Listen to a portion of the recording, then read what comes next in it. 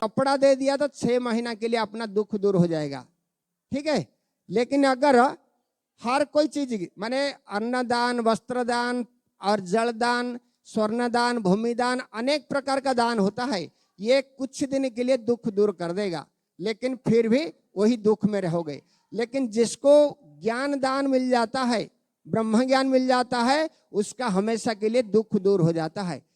ये चीज आप लोग को दिया जा रहा है तो सदुपयोग करना, कोई बेचना नहीं। हम लोग जाते हैं रोड पे सोए हुए व्यक्ति को देते हैं, वो लोग लेते हैं, सुए डाल देता है, माने उड़ के आ जाते हैं उड़ा के, फिर वो क्या करता है छुपा देता है, फिर ऐसा खुला सो जाता है, दूसरा कोई आएगा तो वो उठाएगा और सुबह लेके बेच के उसका पी के खा जाता है ना। तो ऐसे लोगों को जो दान देता है, देने वाला जाएगा नरक, लेने वाला जाएगा नरक। दान का चीज दान देने से पुण्य होता है। जो लूले लेंगड़े अपंग लोग को दान दिया जाता है ना, वो दान नहीं होता है, दया होता है। लेकिन दान वास्तव में सही लोग के पास जाना चाहिए। जो व्यक्ति अच्छा मार्ग में चलेगा, भगवान के मार्ग में चलेगा, तो उसको कहते दान। और अपने आवश्यकता पूरा करने के लिए जिसको दिया जाता है, उसके पास अभाव है नहीं है, दिया जाता है, दया होता है। यहाँ दया भी है, दान भी है, दान देने से पुण्य भी होता है। और शराबी को दान देंगे तो पी खाएगा तो वो जाएगा शराबी नरक में, दान देने वाला भी जाएगा नरक में। तो यहाँ जो दान दिया जाता है वास्तव में दोनों का कल्याण होता है, लेने वाला का, देने वाला का। समझ में आई ना मेरी बात? इसलिए यहाँ का चीज वस्तु प्रसाद है। अब प्रसाद को जो लेता है उसका जीते जी सुख शांति, मरने के बाद सदगति होता है। यहाँ कैलेंडर की व्यवस्था है, कैलेंडर है ना बापू जी का, तो उसको क्या करेंगे आप लोग को घर पर रखेंगे, रोज दर्शन करेंगे, उसके माध्यम में आपका पुण्य भी बढ़ेगा। रोज लकेट भी देंगे, बोल रहे थे लकेट भी होगा। लकेट गले में पहनना, बच्चों को पिराना। लकेट एक ताबीज जैसे है, किसी को भूत प्रेत आता है या कोई ऐसा होता है ना तबीयत खराब वगैरह, लकेट पहन लो, आपका सुधर जाएगा तबीयत, भूत प्रेत नहीं आएगा, बीमार जल्दी नहीं होगा। एक छोटा सा लड़का था, उसका माता पिता दीक्षा लिए हुए थे और वो स्विमिंग पूल थे, बड़े लोग थे ना धनी लोग, स्विमिंग पूल में जाता था तैरने के लिए। अचानक अकेला तर रहा था लड़का और गहरा में चला गया, डूब गया पानी में। डूब गया तो लकड़ पिरा हुआ था, बापू बापू पुकारा और एक अदृश्य शक्ति आया बापू और उसको उठा के किनारे कर दिए। तो जब आया घर पे माता पिता को बताया, माँ बाप तो रो पड़े और धन्यवाद दिए बापू जी को।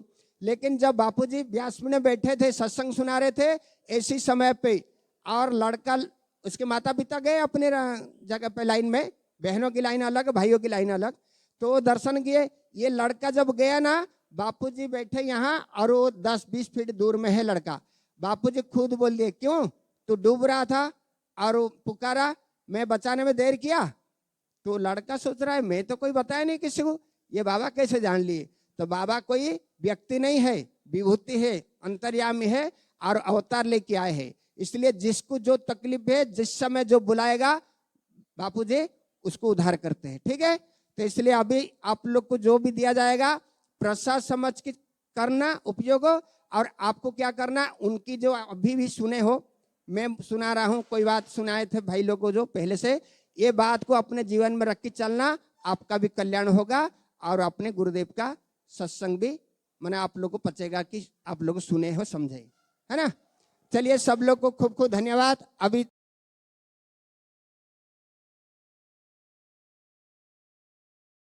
कितना सुंदर कितना प्यारा है गुरु का दरबार, कितना सुंदर कितना प्यारा है गुरु का दरबार, कितना सुंदर कितना प्यारा है गुरु का दरबार, कितना सुंदर कितना प्यारा है गुरु का का दरबार। जग पे नहीं भरोसा हमको, इन पे है एतबार। जग पे नहीं भरोसा हमें, इतना एतबार। कभी ये द्वार न छूटे, गुरु का प्यार न रूठे।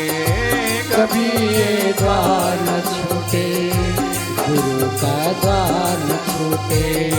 कभी ये द्वार न छूटे, कभी विश्वास न टूटे।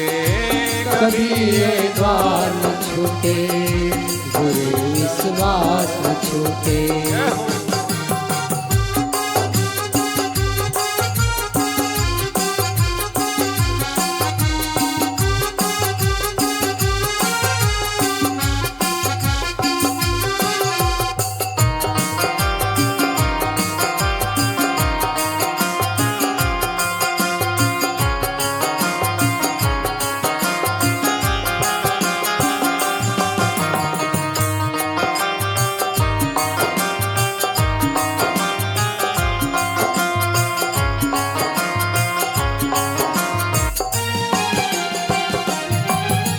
गहरा है भवसागर और तुम ही तारनहारे। गहरा है भवसागर और तुम ही तारनहार।